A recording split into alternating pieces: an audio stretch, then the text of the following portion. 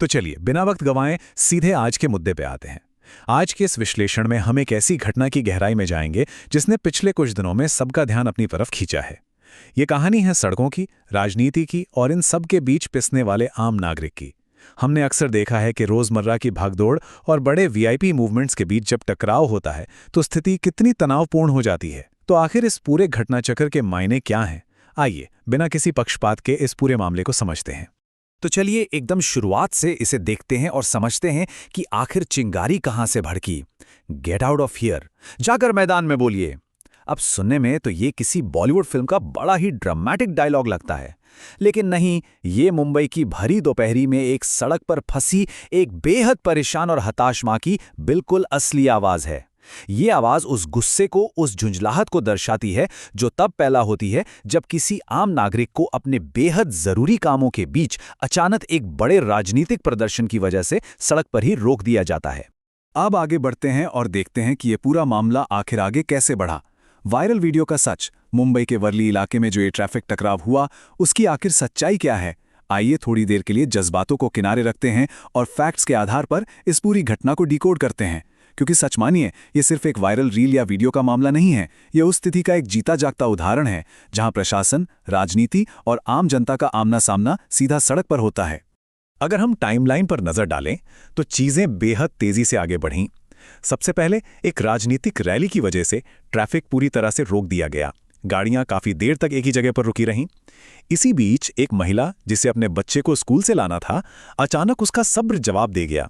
वो अपनी गाड़ी से बाहर निकलती हैं और सीधे उस मीडिया जमावड़े के पास पहुंच जाती हैं जहां मंत्री गिरीश महाजन इंटरव्यू दे रहे थे। वहां उन्होंने सीधे तौर पर सड़क खाली कराने की मांग रख दी।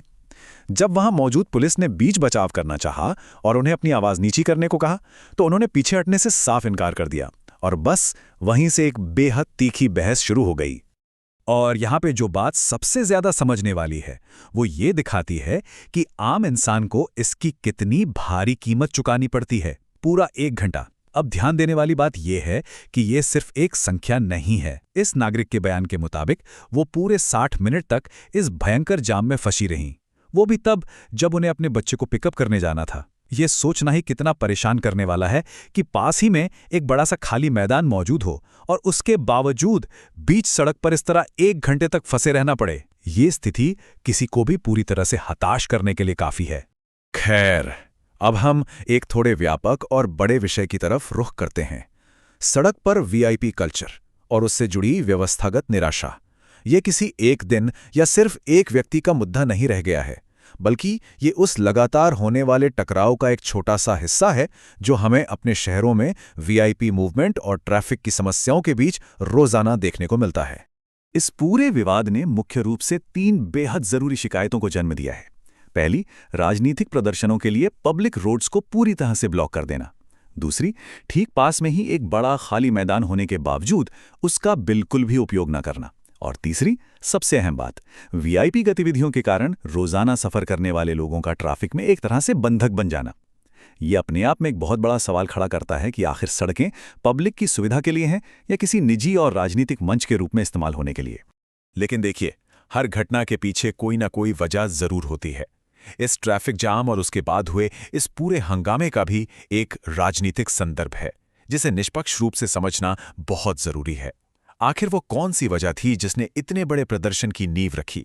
चलिए इस रैली के मुख्य कारण पर एक बार नजर डालते हैं। तो सबसे अहम बात यह है कि ये पूरी रैली, ये पूरा हुजूम दरअसल एक विशेष विधायी प्रस्ताव के इर्द गिर्द घूम रहा था।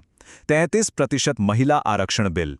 ये एक ऐसा प्रस्ताव है जिसका सीधा सा उद्देश्य विधानसभाओं और संसद में महिलाओं के लिए 33% आरक्षण को तेजी से लागू करना है। और इसी अहम मुद्दे को लेकर ही ये जन आक्रोश रैली आयोजित की गई थी। असल में हुआ कुछ यूं था कि लोकसभा में इस बिल को पारित करने के लिए जिस बहुमत की जरूरत थी वो समर्थन नहीं मिल पाया। और ठीक इसी विफलता के खिलाफ अपना विरोध जताने के लिए बीजेपी द्वारा मुंबई के वर्ली इलाके में ये महिला जन आक्रोश रैली निकाली गई थी। तो दरअसल ये वही प्रदर्शन था जिसकी वजह से सड़कें अवरुद्ध हुईं और अंततः ये पूरा विवाद जन्म लेता है। अब जैसे ही ये घटना सामने आई तो कहानी सिर्फ उस सड़क या उस ट्रैफिक जैम तक सीमित नहीं रही। विरोध के तरीके पर सवाल उठने लगे। जब ये वीडियो सोशल मीडिया पर तेजी से वायरल हुआ तो समाज की प्रतिक्रिया बिल्कुल दो हिस्सों में बढ़ गई। चलिए देखते हैं कि कैसे एक महिला के इस विरोध ने आम जनता के बीच एक ऐसी ध्रुवीकृत बहस छेड़ दी जिसके दो बिल्कुल अलग पहलू हैं। अब यहाँ जो बात सच में सबसे ज्यादा दिलचस्प है वो है जनता का दो खेमों में बंट जाना। एक तरफ एक बहुत बड़ा वर्ग इस महिला की हिम्मत की खूब तारीफ कर रहा है। उनका मानना है कि उसने निडर होकर वीआईपी कल्चर को चुनौती दी और सीधे तौर पर सिस्टम से जवाबदेही की मांग की, जो कि काबिले तारीफ है। लेकिन दूसरी तरफ की तस्वीर थोड़ी अलग है। एक और वीडियो सामने आने के बाद जिसमें महिला अपना आपा खोती हुई और भीड़ की तरफ कुछ सामान फेंकती हुई नजर आती है, उसकी काफी आलोचना भी हुई। आलोचकों का सीधा सा तर्क है कि चाहे मुद्दा कितना भी सही हो, इस तरह का आक्रामक व्यवहार और सड़क पर इस तरह अपना नियंत्रण खो देना कहीं से भी सही नहीं ठहराया जा सकता। तो इन सब के बाद ये पूरा घटना चक्र हम सबके सामने एक बहुत ही गहरा और विचारणीय सवाल छोड़ जाता है। क्या राजनीतिक प्रदर्शनों के लिए आम जनता की सुविधाओं को इस तरह बंधक बनाना किसी भी हद तक सही है? एक तरफ अगर लोकतंत्र में राजनीतिक अभिव्यक्ति और विरोध प्रदर्शन का हक शामिल है, तो वहीं दूसरी तरफ हर आम नागरिक का ये भी हक है कि वो बिना किसी रुकावट के अपने रोजमर्रा के काम कर सके। इन दोनों बातों के बीच एक सही संतुलन आखिर क्या होना चाहिए, ये वाकई में गहराई से सोचने का विषय है। हमारी आज की ये चर्चा तो फिलहाल यहीं रुकती है, लेकिन इस सवाल पर आगे भी बहस होना बिल्कुल तय है।